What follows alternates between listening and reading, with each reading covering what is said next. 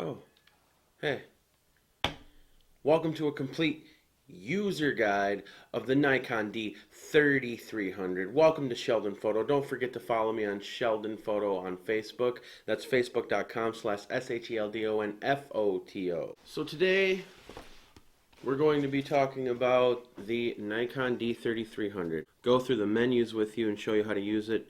Whether you're a first-time DSLR user or you just bought this camera and want to know how to use it, well, here you go. Assuming you've got your DSLR out of the box and charged, this is your on and off button. Obviously, you're going to want to flick that on. This green camera right here is your auto settings. Click one up, you're going to find the no flash setting. It's basically auto, but it won't let the flash come up even if it thinks it's too dark. Then you've got manual, aperture priority, shutter, and program. Manual, you're going to obviously be controlling all of the camera's settings: ISO, aperture, shutter speed. Aperture priority, you're going to be controlling just the aperture when you spin this dial, and the camera will compensate the rest. Shutter priority is like the same concept. When you spin this dial, it adjusts shutter speed. The camera will then compensate the exposure on all the other settings. And program just gives you limited control of the settings on your camera. Such as it's basically auto, but you can control some aspects of the exposure. And on the 3300, you will have to manually extend your lens. So you have to manually extend the lens by pushing this button and spinning. And now you're in action. Alright, so I'll put it in manual and show you what does what. So, spinning the dial in manual is going to first change your shutter speed. Okay, then if you press this plus minus button right here while spinning your shutter or your dial right here, you're going to be changing your f-stops, which is aperture. If you want to hit your function button, which is located under the flash button, which is right here, you're going to hold that and move your dial and it will control ISO. Now this function button controls ISO right when you take it out of the box, and you can change that function button to other settings, but I showed you that just because that's where it's going to be when you get it. Okay, while in aperture, as you see, I'm changing f-stops. The rest of it changes too, to adjust for exposure. Got your playback menu. If you want to, image review is reviewing the image upon playback.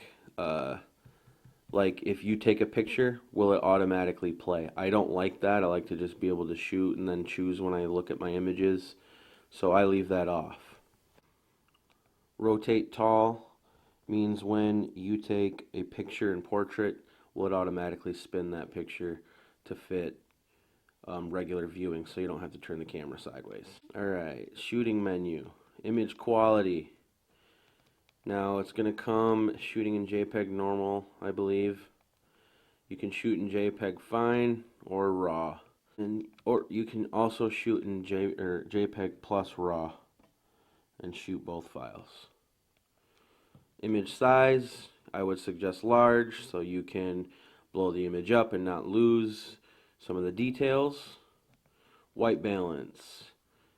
Right here you can choose incandescent, is which for inside of a house with like regular light bulbs. Fluorescent lighting, we all know that's fluorescent lights, the big long ones.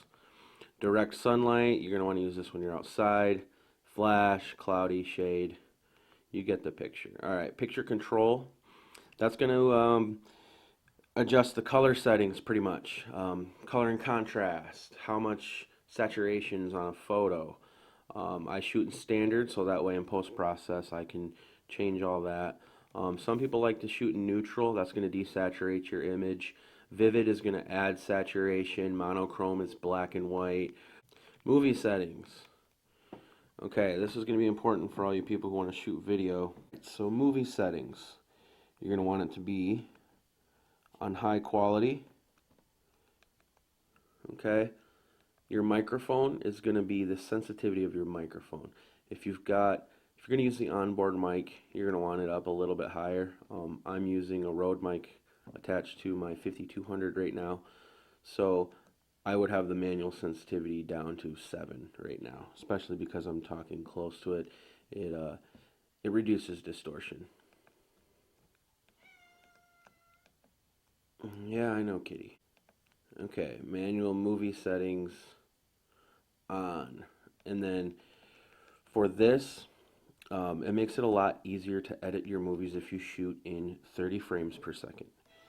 More platforms are going to be able to use these files when you shoot at 30 frames per second instead of 60. Just a little tip for you there. Okay, your setup menu. What I find important in this menu is assigning your AEL button. If you want to use back button focus, you go into buttons, assign AEL AFL button. Okay. Then you're going to want to go down to AF on, which is autofocus. That's going to assign this button right here to focus for you, and then you hit shutter to take the picture instead of half pressing to full press on just the shutter. You're going to be using back button focus if you turn that on. Okay, if you go to just your regular shooting screen, I'm going to show you a couple things here. If you hold this I button, well, you don't have to hold it, you just press it.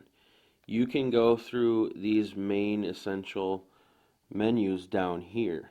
Okay, now you can change your white balance right from this screen. You can change your ISO from this screen. You can change your exposure compensation from this screen, which is going to be able to leave your settings but expose the picture more without changing your settings. Okay, let me get my menu back up here. Alright, and you can change your metering here. Okay, so sort of like matrix metering, it picks what your camera is going to expose for. It's picking the point of exposure. Autofocus mode, that's going to choose what style of autofocus your camera is going to run. A lot of people run on auto servo. It's a mixture between still and movement. Okay, single servo is just more for a landscape shot. Continuous servo is going to be looking for a moving subject. Or manual focus, which is just you're completely controlling where your focus is and what you're focusing on. Okay, if you want to change your focus point, you would turn it to manual focus, and then this dot right here is going to move around the screen, and it's going to show you where your focus point is. So if you want half the picture on the left to be in and your subject's all the way on the right because that's how you wanted to compose it, you could move your focus point all the way to the right. Now you're going to be focusing on what's over here. And in live mode, you can also change it with this. And that also leads me to showing you how to get into live mode right here, LV, this button. This will change you from either composing with your viewfinder, your live viewfinder, or not your live view. This will change it from composing your picture through this to on the actual LCD screen. If you want to bump your flash up, you're going to find the lightning bolt. Bam. Flash up.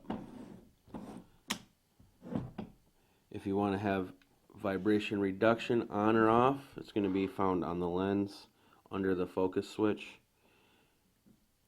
Off, on, you're pretty much going to want that on at all times.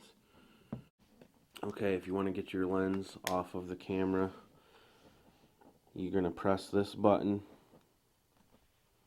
spin it right. There you go. Then you're going to find a dot right here.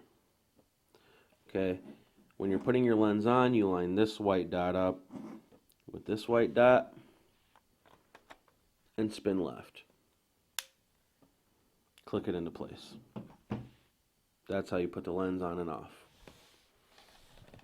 Alright, now these right here, top one you flick open, you're going to have a mic port and like a shutter switch port, which I haven't messed with too much, obviously.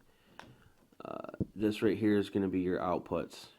You've got high def, and then you've just got regular AV out.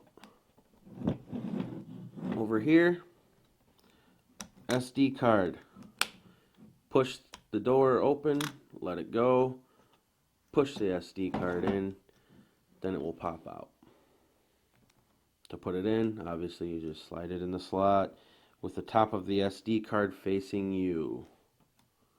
Click it into place, close the door, slide it in. Changing the battery, you're going to want to click this little thing down, let the door open, push the yellow thing, bam, battery slides out. Put the battery back in. Voila. Okay, here's the whys to all your settings, alright? The more you turn this shutter speed up, the less light you're going to let in. You're on a bright day, you're going to want to have this up more and more until you find your exposure. The aperture also controls the amount of light let in, but at the same time it controls your background blur, in other words known as bokeh. The lower your f-stop, the more bokeh you're going to have in the background, the more blur. The higher your f-stop, the more things you're going to get in focus, but the background's going to have less of a blur.